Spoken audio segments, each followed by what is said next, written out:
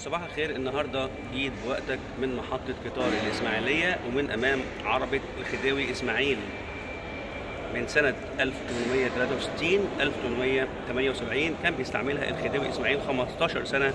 كان بيركبها خديوي مصر خديوي إسماعيل أيام القاهرة الخديوية زي ما بيقولوا.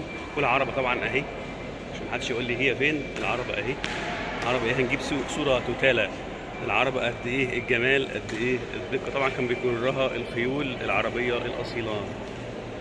شغل كله دقة. هنلف حواليها ونشوف الجمال ونشوف الروعة ونشوف المصري كان بيعمل ايه، كانت الصنعة ازاي، كانت الدقة ازاي واصلة لحد فين.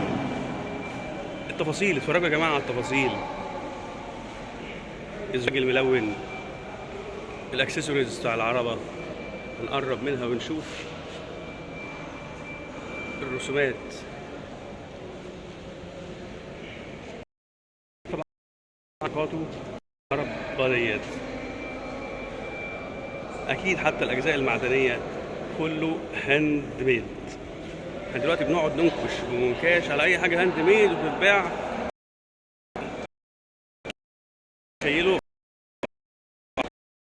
دخية تساوي كام فلوس وكام قيمة تاريخية كأثر تاريخي جميل ونادر. طبعا مش موجود منها دي خالص في العالم غير هي النسخة ديت فقط.